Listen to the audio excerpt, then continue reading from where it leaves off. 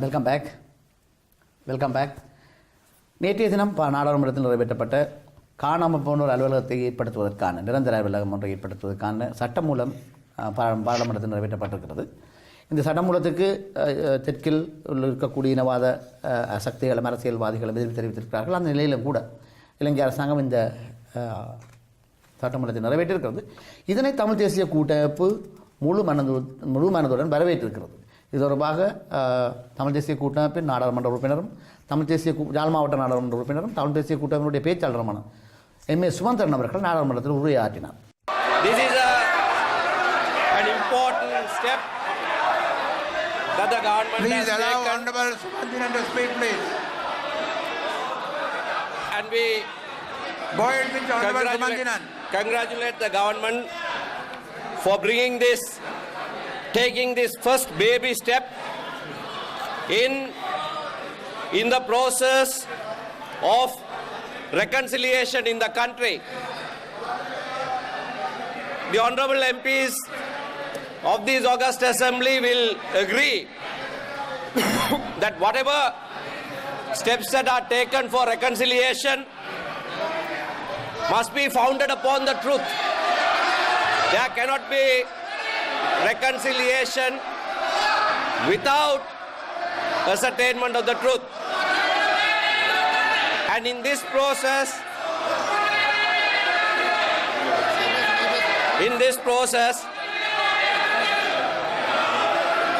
most important issue that this country has faced is the issue of missing persons who have been made to disappear during the course of a protracted war in this country.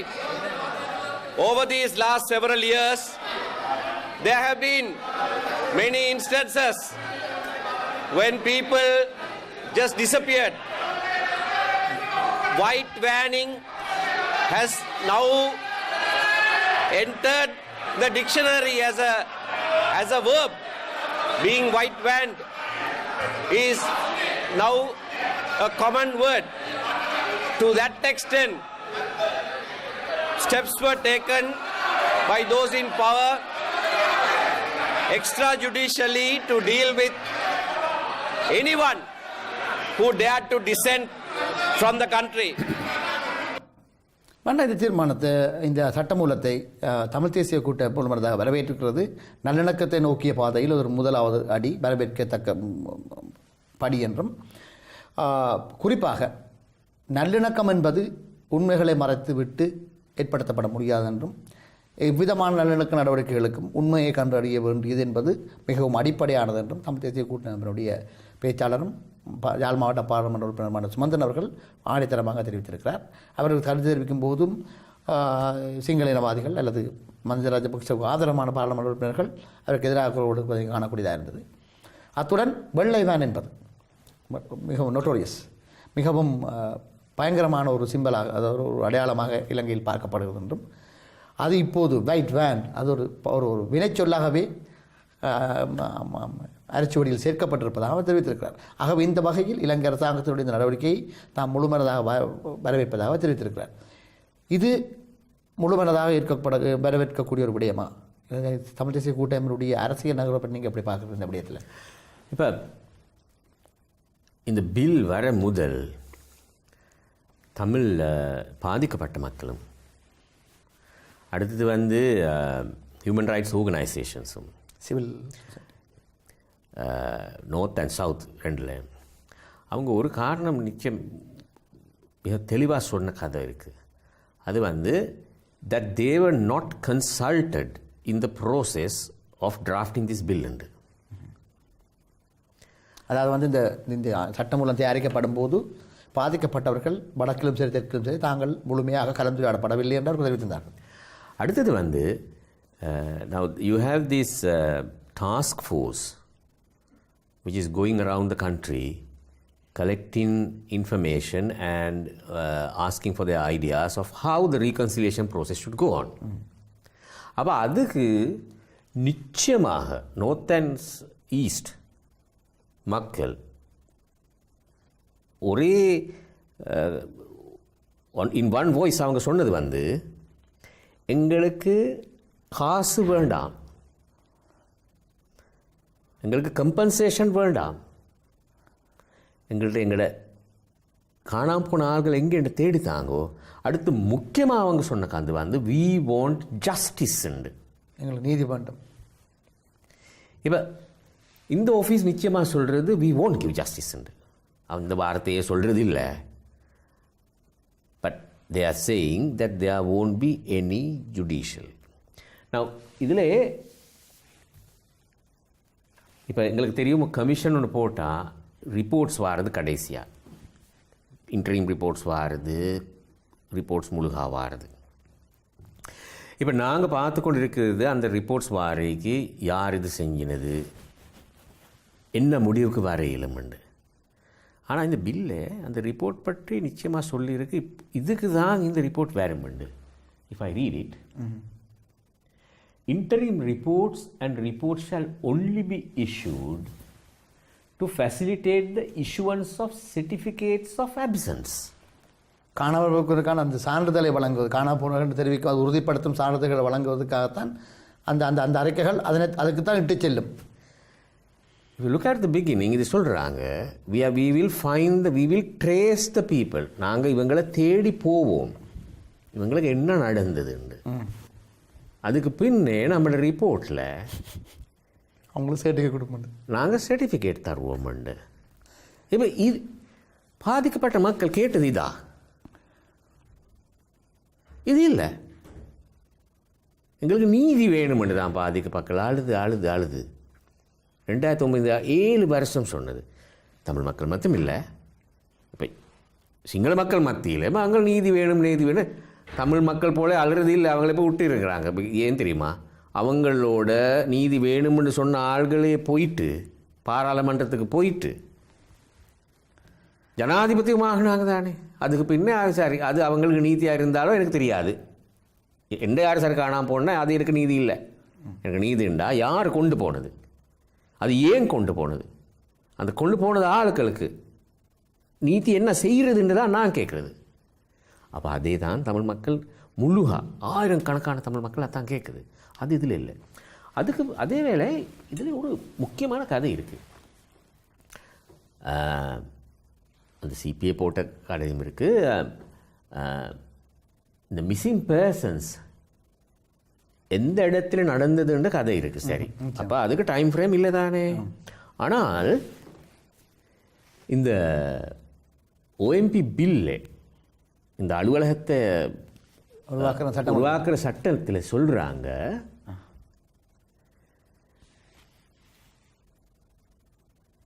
in the course of consequent to or in connection with the conflict which took place in the northern and eastern province or its aftermath or இதுதான் முக்கியமான கதை is a member of the armed forces of police who is identified is missing in action. இப்போ இதில் கன்ஃப்ளிக்ட்னு இருக்குது. இது வந்து யுத்தம்.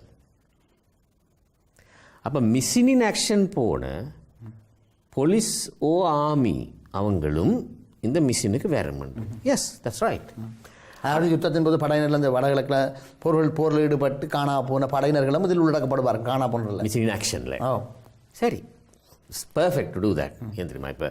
இப்போ பரணகம கமிஷன்லேயே சொல்லியிருக்கு 5000 போல் 100 1000க்கு மேலே இராணுவர்கள் காணாமல் போயிட்டு இருக்குண்டு. அவங்களுக்கும் என்ன நடந்தது தேடணும். சரி, ஆனால் பிரச்சனை இருக்குது. இதில் வந்து இது சொல்கிறது in connections with the conflict which took place in the northern and east provinces. Okay, அப்போ கான்ஃப்ளிக்டில் ஒரு பக்கம் மட்டுமா இருந்தது, ஸ்ரீலங்கா அரசாங்கம் மட்டுமா கான்ஃப்ளிக்டில் இருந்தது. அப்போ ரெண்டு பிரச்சனை வருது அதில். அப்போ ஸ்ரீலங்கா அரசாங்கம் மட்டுமெண்டா கான்ஃப்ளிக்டில் இருந்தது, அந்த அடித்து கொண்ட எல்லா ஆட்கள் அப்பாவி மக்கள் இல்லை. கான்ஃப்ளிக்ட்ண்டா ரெண்டு பக்கம் இருக்குது. எங்களுக்கு தெரியும், விடுதலை புலிகள் இருந்தது அடுத்த பக்கத்தில். நாங்கள் படம் கண்டு இருக்கு, விடுதலை புலிகளோட பாடிஸ் கொண்டு வந்து 100 போட்டிருக்கு. அவங்களும் மிஸ்ஸிங் இன் ஆக்ஷன் தான் அங்கே இப்போ போட்டிருக்கு. ஏன் அவங்கள்ட்ட பேர் இங்கே இதில் ஏன் அடுத்த பக்கம் போட இல்லை? படையினர் காணா போன படையினரை பற்றி மட்டும்தான் குறிப்பிடப்பட்டிருக்குது. மோதலில் ஈடுபட்ட மற்ற தரப்பான விடுதலை புலிகளுடைய அந்த பெயர்கள் உள்ளாக்கப்பட இல்லை.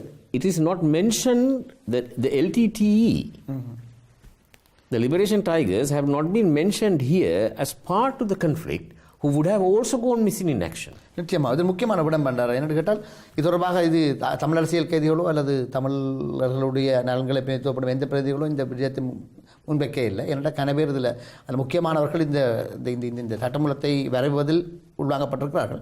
ஆனால் இங்கு படையினர் அதாவது மோதலின் போது காணா போன படையினர்கள் மிஸ்ஸிங் இன் ஆக்ஷன் அவர்களை கண்டுபிடிப்பது தொடர்பாக இதில் குறிப்பிடப்பட்டிருக்கிறது. ஆனால் விடுதலை புலிகளும் இந்த மோதலின் போது மறுதரப்பாக இருந்தவர்கள், அந்த முதலுடைய மற்ற பக்கமாக இருக்கக்கூடியவர்கள் அவர்களும் காணாமல் போயிருப்பார்கள். அவர்கள் வெற்றி இதில் குறிப்பிடப்படவில்லை. இது ஒரு பிரச்சனைக்குரிய விடயம் என்று தெரிவிக்கிறீர்கள் இல்லையா? Now, if I gave, for example, we have seen photographs of senior LTT leaders who have been allegedly killed after surrendering, which the government has listed as killed in combat. வந்து இந்த விடுதலை புலி முக்கியமான தலைவர்கள் உயிரோடு இருப்பதை எங்களுக்கு கிடைத்த ஒளி நாடாக்கள் மூலம் காணக்கூடியதாக இருக்கிறது. ஆனால் அவர்கள் எல்லாரும் இப்போது படையினர் இறந்திருப்பார்கள் என்று சொல்லி அரசாங்கம் அறிவித்திருக்கிறது. அப்படிதான். One of the best two examples I have is, one is when Isaipriya, when Isaipriya's name came in the government list of combatants who were killed. And then later on, photographic evidence and video evidence came to show that she was in the custody of the government. And later it showed that Isaipriya, we saw the dead body in a photograph. Now, we need to find what happened to her. Was she missing in action or not? If the government said that she was killed in war, where is the body?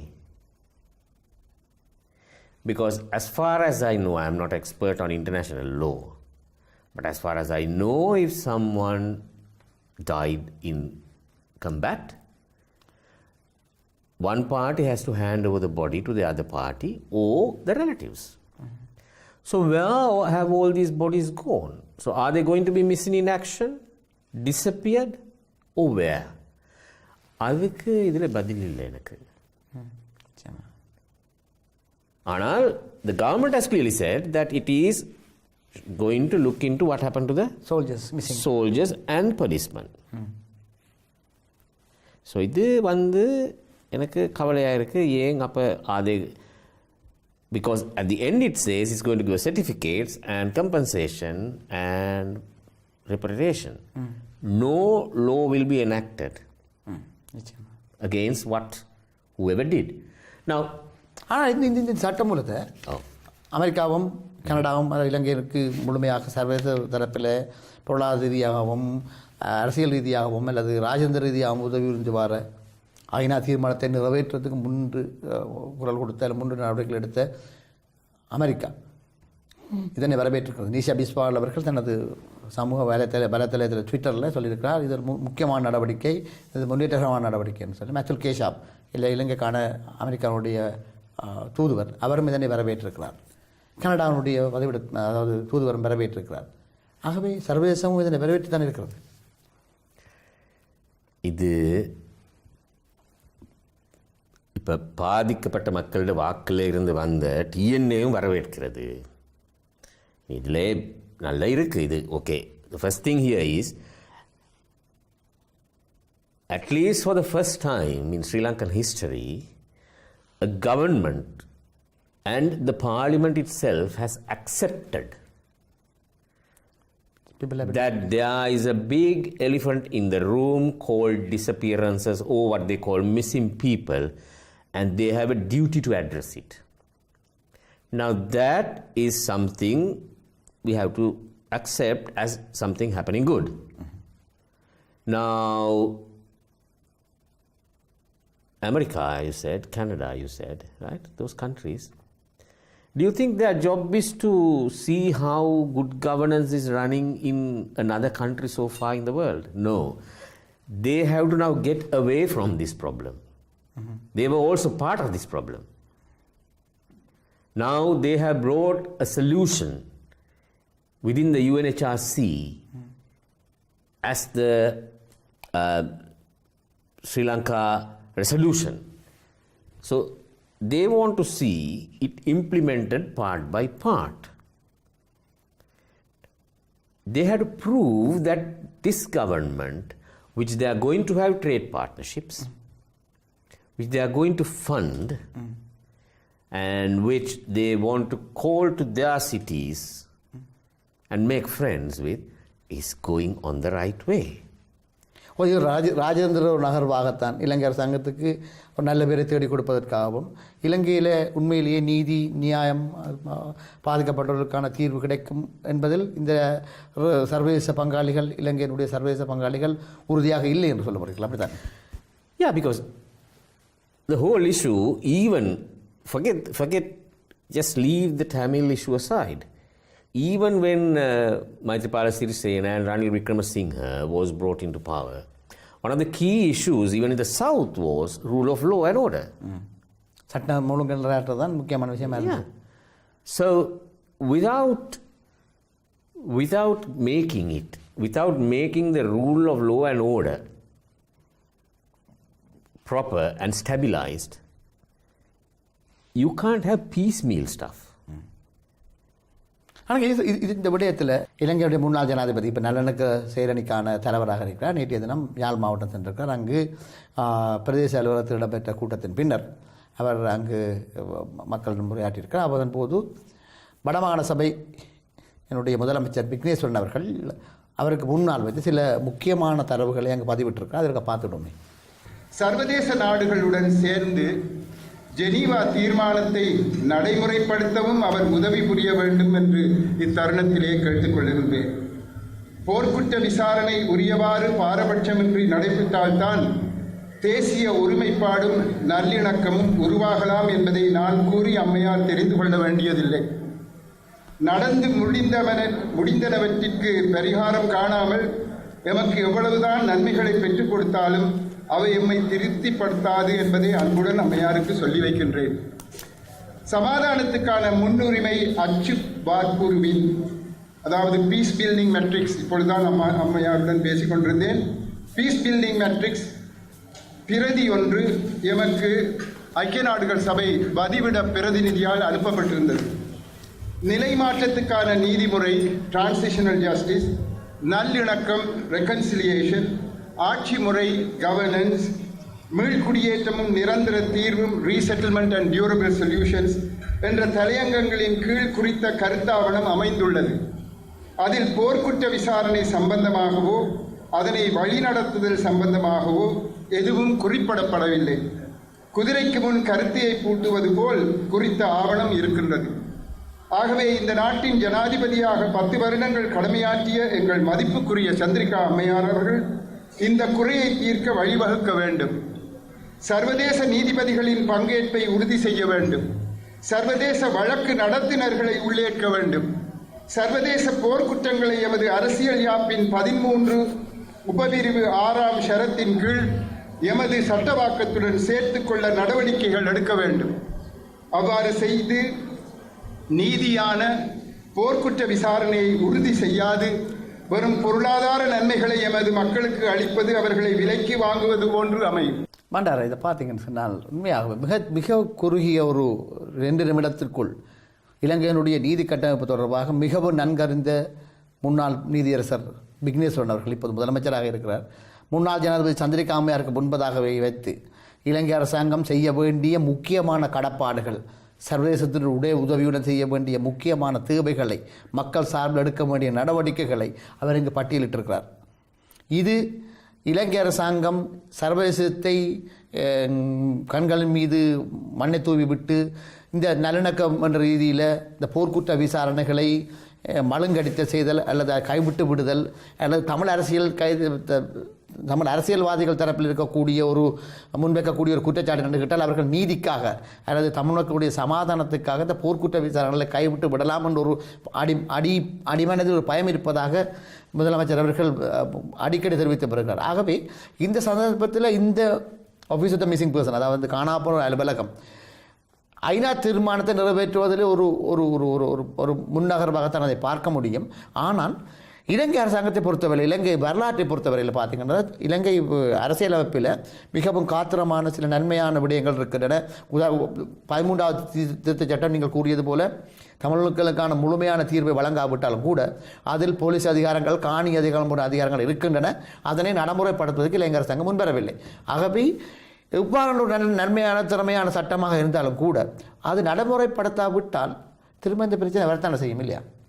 அதை நடைமுறைப்படுத்துவதற்கான ஒரு விருப்பு இந்த அரசாங்கத்திடம் இருக்கிறத நீங்கள் கருதுருக்கலாம். மைத்ரிபால சிறிசேன போலே 94 சந்திரிகாவுக்கும் north and south Tamil மக்களும் சிங்கள மக்களும் எல்லாரும் வாக்கு தந்தாங்க. ஏன் இந்த தமிழ் மக்களுக்கு ஒரு தீர்வு கொண்டு வரும் நம்பிக்கை இருந்தது மக்கள்கிட்ட. ஆனால் என்ன நடந்தது? திருப்பி யுத்தம் தொடங்கினது. அடுத்து பின்ன lot of sanctions were put. அதாவது முதன்முறையாக ஒரு ஜனாதிபதி அவர்கள் தனது மக்கள் மீதே, குறிப்பாக ஒரு தமிழ் சமூகம் வாழுகின்ற வடகிழக்கு மீது முதலாக பொருளாதார தடையை விதித்தவர் இந்த சந்திரிகா குமார் துங்க ஜனாதிபதியாக இருந்தபோது. Therefore, it is not the question of what people vote for or what good things the Constitution has. The Constitution has, or what good things the politicians say. Because if you take the TNA, I think the only person in the TNA in the leadership who says such things is only Chief Minister Vigneshwaran, but not the other leadership. The issue which has been lacking in the whole of the Sri Lankan politics, led by the Sinhalese, is political will. You can get it forward anything, you can take forward anything if you have the political will. But if you don't have that, even the best intentions and the best worded law will be just a doormat. அதாவது இலங்கையில் எவ்விதமான அல்லது இந்த அரசியல் ஜாப்பில் கூட எந்த விதமான திறமையான அல்லது காத்திரமான அரசியல் சாதனங்களையும் சட்ட திருத்தங்களையும் சட்டங்களையும் வைத்திருந்தாலும் கூட அரசியல் விருப்பு ஒன்று இருந்தால் மட்டுமே அவை திறமையாக அமுல்படுத்தப்பட முடியும்.